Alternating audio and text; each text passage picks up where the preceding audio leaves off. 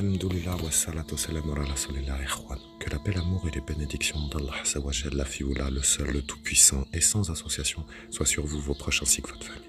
Qu'Allah Azza wa Jalla vous facilite, qu'Allah Azza wa Jalla vous agrée, qu'il illumine cette magnifique journée, subhanallah, et qu'il éloigne les mauvais djinns et démons de votre foyer la nuit. Alhamdulillah. Salam alaikum à toutes et à tous, Erwan. J'espère que vous allez toutes et tous bien. Donc du coup, on fait le débrief comme on avait dit. Pour essayer de mieux comprendre en réalité la pierre qui était dans ma poche, la pierre noire. Donc déjà, je voulais infiniment vous remercier du fond du cœur vraiment pour tous vos retours concernant la nature et la probabilité de la provenance de la pierre, de son utilité et de ce à quoi elle est censée servir ou de ce à quoi elle peut servir. Donc je vous remercie pour tous vos retours là-dessus. Vous êtes vraiment incroyables parce que ça m'a permis de comprendre pas mal de choses et on va pouvoir en parler, Inch'Allah. Et donc juste avant qu'on commence vraiment à observer les pierres, à essayer de comprendre un petit peu plus la nature de la pierre, je voulais revenir justement sur l'exploration de la forêt des 13 damnés. Donc il faut savoir une chose qui est méga troublante en fait, c'est que j'ai été du coup maître au courant Mansoura ainsi que ses disciples et ses apôtres, puisque très clairement, on peut clairement les qualifier d'apôtres, hein. Les mecs font l'apologie d'un mec qui travaille lui-même pour des forces démoniaques et obscures extrêmement puissantes en fait. Donc je ne sais pas comment vous expliquer ça. Donc j'ai été les prévenir que j'allais me débarrasser de la boîte. Grâce à Allah, alhamdoulilah, j'aurai la force de le faire et grâce à votre soutien, merci infiniment à vous.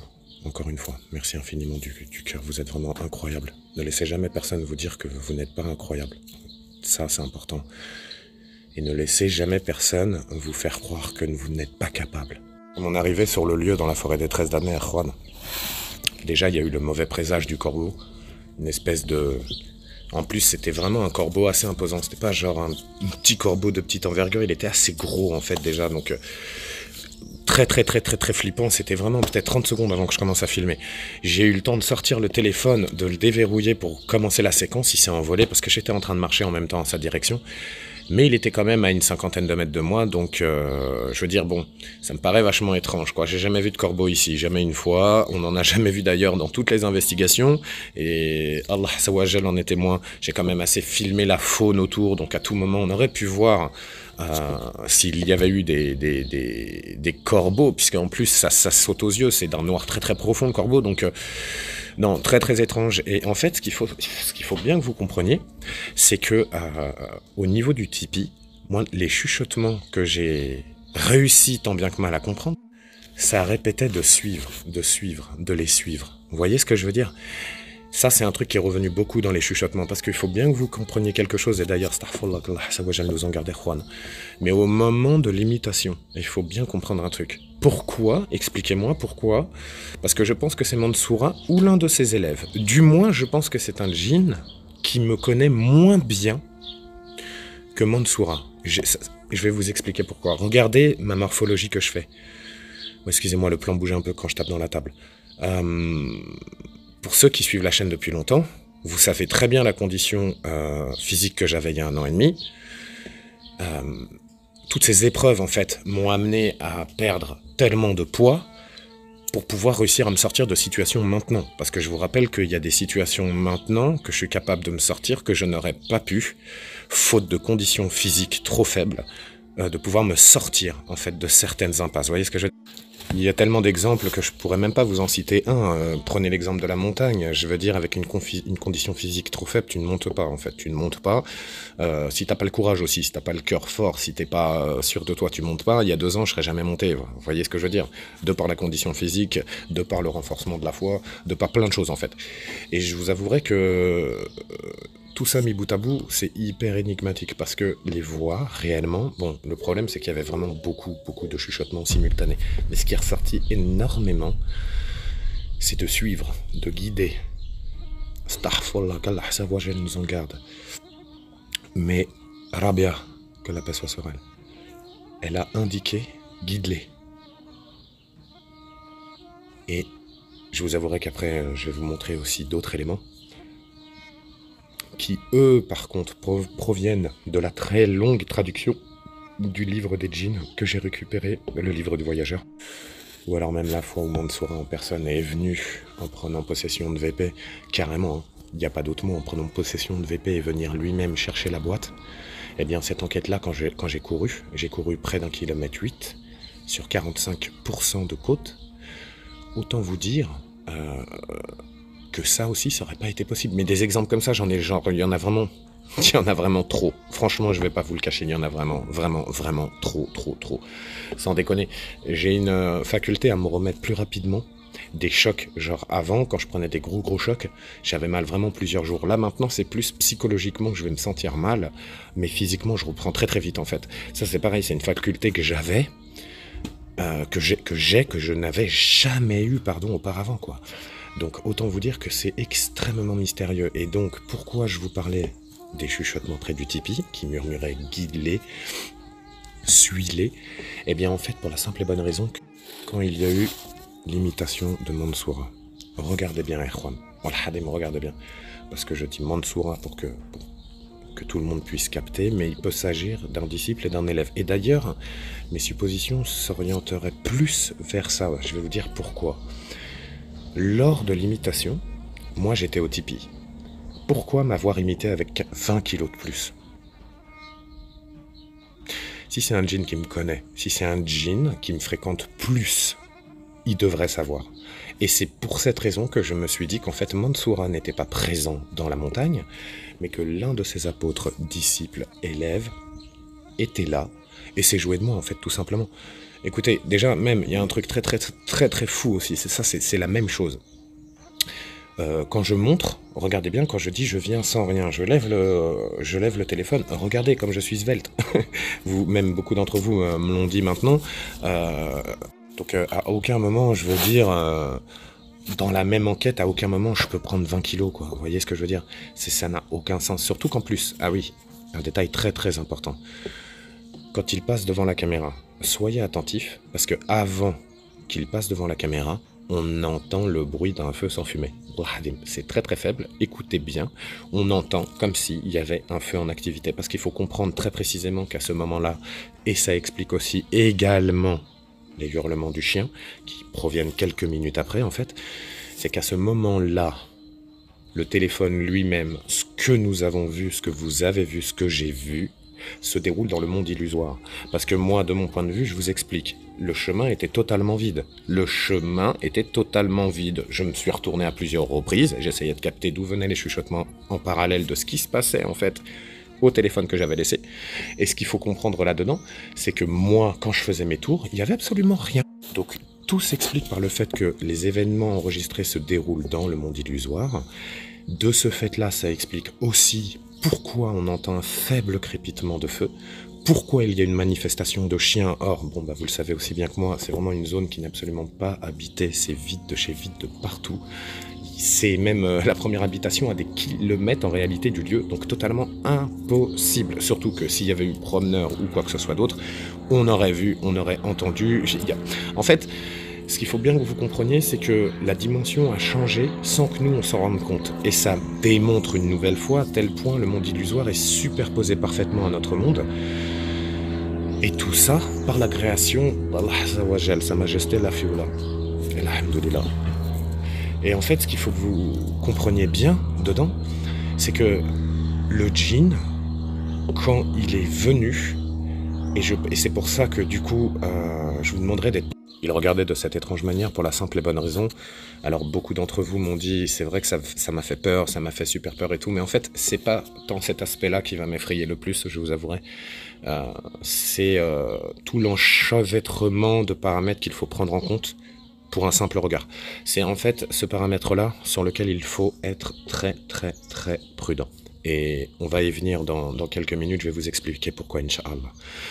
Le truc, c'est que, écoutez bien cette phrase, regardez la manière dont il observait, avec attention, et regardez les yeux perçants. On voit très bien que c'est pas mes yeux, j'ai pas mon regard, c'est pas du tout mon regard en fait, vous voyez ce que je veux dire? C'est vraiment...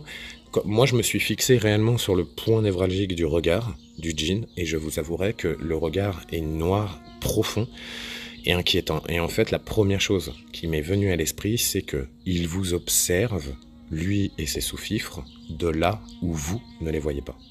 Donc il faut que vous compreniez un truc important. Si vous, de chez vous, vous observez le mal à travers un écran, lui aussi vous voit. Car il vous voit de là où vous ne les voyez pas. Vous, à l'écran, vous m'avez juste vu moi. Donc pour vous, à la limite, c'est flippant parce que j'ai une attitude qui n'est pas du tout naturelle. Mais à la limite, physiquement, c'est plus rassurant pour vous de voir Jalal. On va pas se le cacher. Le truc, c'est que c'est pas moi. Donc c'est ça en fait qu'il faut bien prendre en compte, c'est que c'est super important de le prendre en compte. Déjà c'est pas moi de par le physique, c'est pas moi de même les déplacements. Je marche pas comme ça, c'est pas ma manière du tout de marcher. Et puis non, franchement avec 20 kilos de plus, ça n'a vraiment aucun sens. Je veux dire, vous-même vous savez.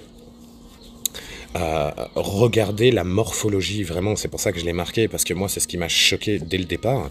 Et en fait, il faut comprendre un truc, c'est que regardez la manière avec laquelle je reviens totalement naturel, c'est-à-dire que pour moi il s'était absolument rien passé au niveau du téléphone, il y avait eu juste ce délire chelou avec les chuchotements incompréhensibles en fait au niveau. Et donc je pense que c'est pour cette raison et uniquement cette raison qu'il observait en réalité la caméra de cette manière-là. Moi je suis déjà touché par ce mal-là depuis un certain temps, mais par la miséricorde d'Allah, j'arrive à les combattre, je tiens le coup. Comme ils ont dit au chant, ils ont dit « Tu es un être différent, mais ne les écoute pas, débarrasse-toi de la boîte. » Et les autres me disaient totalement l'inverse en fait, genre vraiment de conserver la boîte comme quoi elle pouvait m'amener quelque chose de bénéfique. Donc du coup, je vous avouerai que de toute manière, là, il y a du coup plusieurs méthodologies qui s'offrent à moi. Donc déjà, je voulais observer la pièce que le voyageur m'avait remise à travers la maison que je lui avais ramenée, vous vous souvenez? Où finalement j'avais prouvé ce que peu d'humains avaient fait, c'est-à-dire que j'avais pris un objet personnel à lui et je lui ai ramené en fait. Et c'est peut-être ça aussi qui l'a conforté dans le fait de se dire, de me faire confiance en fait en réalité. Je pense, hein, c'est possible. C'était une sorte de test et je pensais, peut-être que c'est possible que je pensais faire les propres choix moi-même, or ils étaient déjà dirigés par une entité tierce dont j'ignore le nom ou quoi. Enfin franchement c'est très étrange. Pareil, pour en revenir brièvement encore à la forêt des 13, mais même au moment où je pose le téléphone, si vous voulez, moi j'ai déjà l'impression que c'est pas moi en fait. Je sais pas comment vous expliquer ça. C'est un truc de malade mental. Dans ma manière de bouger, d'être, ma synchronisation de mouvement, je me reconnais pas en fait. Donc c'est possible que l'incorporation ait commencé plus tôt que ce que je pensais en réalité dans l'enquête.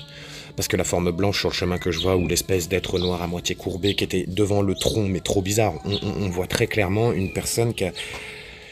Starfall qui a les jambes un petit peu pliées, etc. et qui regarde en direction du second tipi qui est un petit peu plus tôt sur le chemin en fait. Mais ouais, non, autant vous dire que c'est un truc de malade. Surtout qu'en plus, faut savoir un truc. Pourquoi je suis retourné dans la maison du cheminot et voir Marie hier? Parce que Marie... Je pense qu'elle a des éléments en fait qu'elle peut fournir, mais à certaines conditions. Et donc c'est la raison pour laquelle j'y suis retourné à tout hasard, en priant, je sais que... Mais sans prier c'est chaud. Franchement, Erwan, sans prier c'est chaud, parce que moi j'arrive à un point où il y a des fois j'ai peur de pas pouvoir sortir du site. Je vous avouerai que les parallèles entre les informations ainsi que les liens soudés et possiblement faisables à partir du livre trouvé, à partir des objets que nous avons trouvés, c'en est encore plus troublant. Un exemple tout de suite. Par Dieu, vous ne l'avez pas trouvé à la surface de la Terre. Son lever de soleil est à l'ouest, et comme mon livre. Alors écris-le et mémorise-le. Mon fils garde l'âme dans le corps. Que Dieu te préserve. Amen. Al-Touki, l'astronome. Alors, autant vous dire, ça, uniquement, c'est la page d'introduction. Ok ?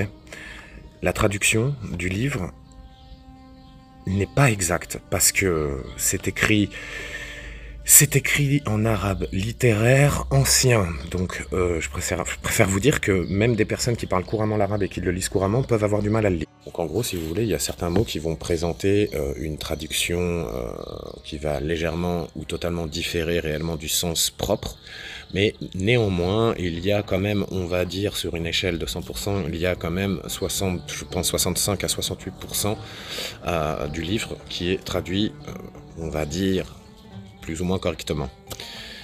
Mais dans le plus ou moins correct, croyez-moi, wallah hadim que c'est trop, c'est que il y a exactement ce que je dois faire, comment je dois le faire, ce que je suis en train de vivre avec vous en fait.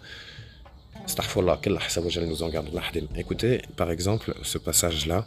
Donc là, du coup, c'est ce passage que je vais vous montrer. Bougez pas, je vous le lis comme ça, ce sera plus simple en fait, parce qu'après, il faut que je tienne comme ça. Donc,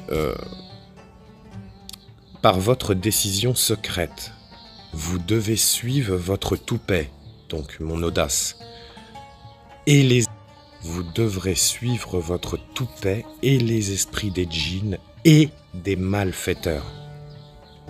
Astaghfirullah. Que Dieu vous bénisse et multiplie son statut sur vous.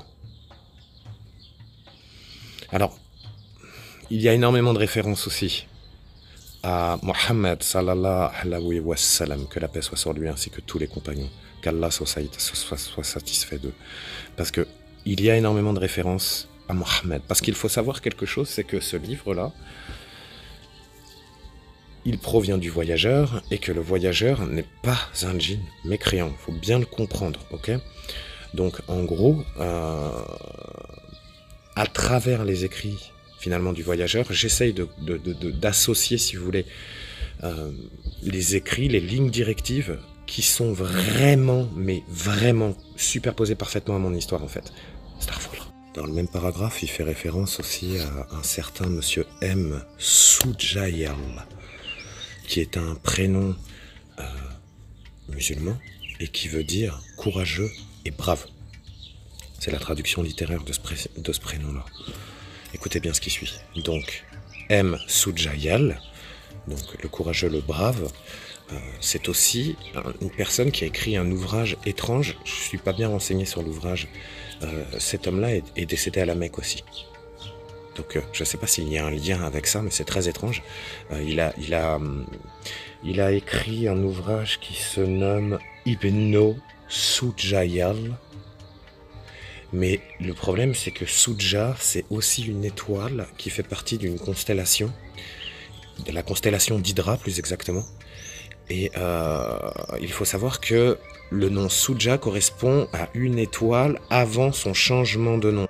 Ça correspondrait à l'ancien nom de l'étoile avant son renouvellement de nom, puisque vous savez très bien que quand il découvre de nouvelles planètes ou de nouveaux trucs, il y a des modifications qui se font au niveau des annotations justement, et donc du coup il se pourrait qu'elle ait eu une transformation de nom à travers le temps, cette étoile-là, et elle pouvait peut-être jouer un rôle précis, elle était peut-être très visible de la Terre à une certaine époque, et l'auteur du livre, l'astronome, le voyageur, le nomade, serait peut-être aurait peut-être besoin de cette étoile-là pour... Il y a peut-être un signe. En fait, je vous avouerai que c'est assez troublant. Regardez la suite. Monsieur Soudja, le propriétaire des soldats et des soldats, vient à vous et a le pouvoir sur le reste des djinns et des démons. Il est le chef des djinns dans leur intégralité avec des djinns. Aucun des djinns ne peut désobéir à son ordre avec une couronne verte sur la tête, de perles et de saphirs rouges montés sur or rouge et sa selle d'aigle marine verte soudée de corail à agate rouge et avec une tige d'or rouge autour d'elle. Comme lui dans la beauté du prestige et de la perfection. Alors qu'il est assis sur une chaise centrale, il les protège et leurs chaises sont en or rouge. Ils ont une lumière comme la lumière du soleil. Alors levez-vous avec ses mains en remerciement à Dieu Tout-Puissant. Subhanallah. Rien que de vous lire le texte, c'est super bizarre. Donc après, je vous avouerai que vous avez tout un tas d'autres choses qui sont plus troublantes les unes que les autres. Pardon. Il y a énormément de références par rapport à ça. Il faudrait que je suive les djinns pour qu'ils m'indiquent quelque chose. Si j'ai... Du coup, de qui on parle ici? On parle de shaitan. Vous voyez ce que je veux dire? J'ai du mal à comprendre. Est-ce que c'est une prévention? Est-ce que c'est quelque chose qui est réel et qu'on ignore? Est-ce qu'il s'agirait ici d'un message qui ne... Alors attention, c'est très important aussi de le souligner, dans le livre-là, ça ne remet aucunement en question, ni de près, ni de loin, de toute façon, Starfall-là, c'est absolument impossible, mais je tenais quand même à le vous souligner.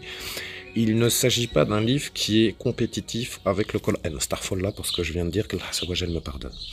Il ne s'agit absolument pas, c'est surtout pour vous que je voulais bien vous le dire, il ne s'agit pas d'un livre compétiteur ou quoi que ce soit. D'ailleurs, tous les louanges à travers le bouquin sont toujours faits envers Allah sans association et envers son prophète Mohammed sallallahu alayhi wa sallam, que la paix soit sur lui.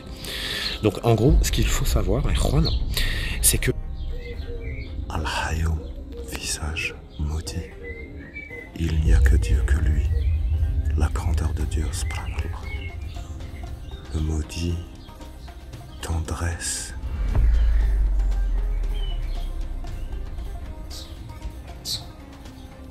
Allah m'aide à y comprendre et à y voir plus clairement. Alors chacun de moi cite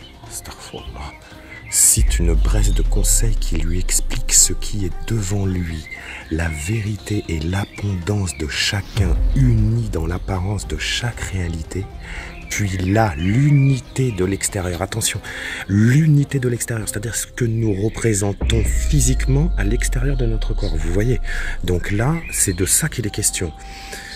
Dans l'apparence de chaque réalité, puis là, l'unité de l'extérieur. Donc ici, normalement, c'est tirer et de l'intérieur, afin qu'elle ne soit pas cachée à l'invisible, apparent, ni cachée à moi. Vous êtes-vous dit, Dieu puisse laisser-les pendant qu'ils jouent? Continuez de réciter le souvenir du destin glorieux spécifique à la lettre de Halif, à la première heure du dimanche dans un lieu dépourvu de... Finalement, en gros, pour faire tomber le voile de l'invisible entre le monde du visible et le monde de l'invisible. Donc, spécifique à la lettre de Halif. La première heure du dimanche dans un lieu dépourvu de son, avec une combinaison de détermination et de pureté d'un cœur qui descendait sur lui. La paix et la miséricorde l'enveloppèrent et Dieu Tout-Puissant ne demande rien des choses sauf que Dieu lui donne Tout-Puissant. Et quiconque le mentionne chaque jour 111 fois, Dieu Tout-Puissant le protégera du mal des mécréants et le protégera du mal des événements de la nuit et du jour, et personne ne tombe sur lui, sauf, bien sûr, se familiariser avec lui et le conduire avec obéissance et écoute. Et se conduire, avec obéissance et écoute envers Allah, subhanallah. Et il est approprié, d'où le Coran. Dieu a maudit qu'il n'y a Dieu que lui. Le vivant, l'éternel, pas de capacité, il a rendu son affaire facile. Halif est en fait une forme d'écriture arabe assez difficile à réaliser.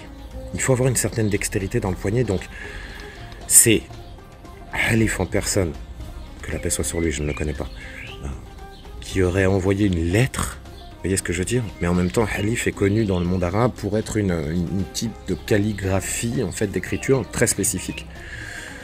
Alors excusez-moi vraiment s'il y a erreur sur mes renseignements, parce que je vous avouerai qu'il y a tellement de choses à checker, plus les aventures, plus le fait de pas beaucoup dormir, plus toutes ces recherches, les trades, les trucs, les machins, j'arrête pas une seule minute. Je vous avouerai que là je suis dimanche, je tombe de fatigue, je vous fais le débrief, je repars en aventure dans la foulée. Donc n'hésitez pas à m'aider pour le sens de la compréhension. Si toutefois vous y voyez, ça vous permet d'y voir un petit peu plus clair à vous aussi. De toute façon, je referai un débrief plus clair avec toutes les feuilles étalées, parce que là vraiment, je vous fais un survol des trades que j'ai déjà commencé à faire, qui sont physiquement étudiables pour le moment. Donc très clairement, voilà, pour ceux qui veulent m'aider pour la trad, ça fait plaisir, mais sinon la suite arrive très vite. Le vivant, Al-Hayyoum, l'éternel, par sa capacité, il a rendu son affaire facile, alhamdoulilah. Et il a vu la gloire, l'honneur, l'acceptation, le prestige, la dignité et la grandeur aux yeux de tous ceux qui l'ont vu, surtout parmi les nobles et les rois, ce que vous ne pouvez pas faire. Halsoum, pour sa description, Dieu Tout-Puissant. Et sachez que cette tablette n'est destinée qu'à la position du soleil en toute pureté, et après l'avoir destinée, vous lui récitez la supplication suivante, qui est la supplication des plus grandes nations et qui est la fin de l'explication des lettres. Alors attendez, on continue Erwan, parce que là très clairement il s'agit quand même... Alors j'ai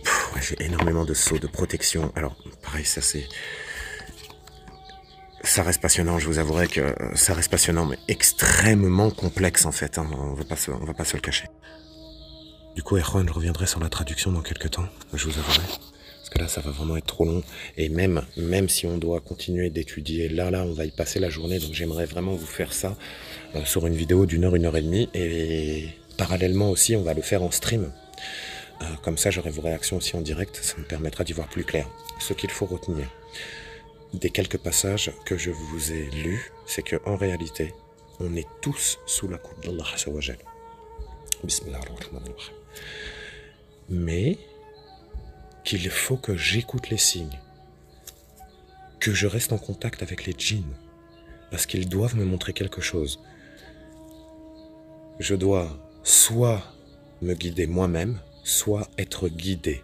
Soit je suis différent pour accomplir quelque chose d'important pour moi, ou pour eux. Je l'ignore totalement. En plus, dans tout ça, vient s'ajouter la compréhension de mon histoire personnelle en plus.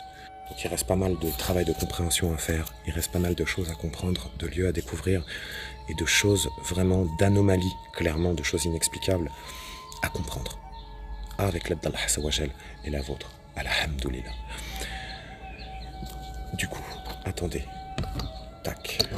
Vous allez observer ça et vous allez me dire ce que vous en pensez. Sérieusement, c'est très très étrange. Alors, attendez, je vous refais le même setup que la dernière fois.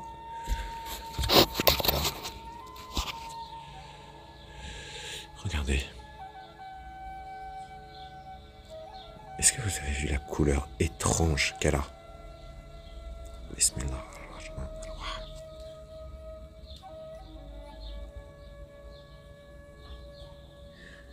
Donc pierre de protection.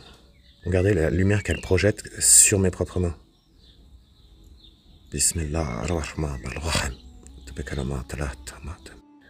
Et elle paraît vraiment beaucoup plus légère que l'aspect qu'elle a. Vous voyez ce que je veux dire, Erwan?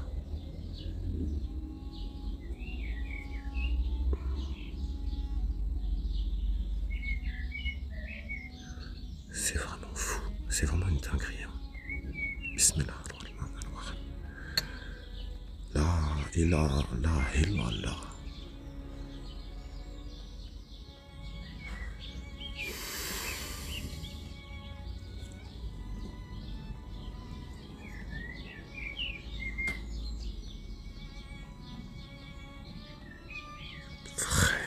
Vraiment très spécial. Donc du coup, hier chez Marie, je ne l'avais pas sur moi la pierre. Je ne l'avais pas emmenée, vous voyez. Donc est-ce qu'elle sert à me protéger de quelque chose? En plus des prières, du coup il faudrait que je l'ai toujours sur moi, ou le fait de la porter sur moi va m'attirer des problèmes. Vous voyez ce que je veux dire, Erwan? Ouais, donc en vrai j'ignore, si vous voulez, si la pierre là, je la porte, elle me protège, en plus des prières, en plus de ma foi, subhanallah. Ou alors est-ce que quand je la porte, elle permet de... J'ai l'impression de voir des choses devant des fois. Ou alors c'est... Je sais pas, bismillah, je sais pas vraiment, bismillah.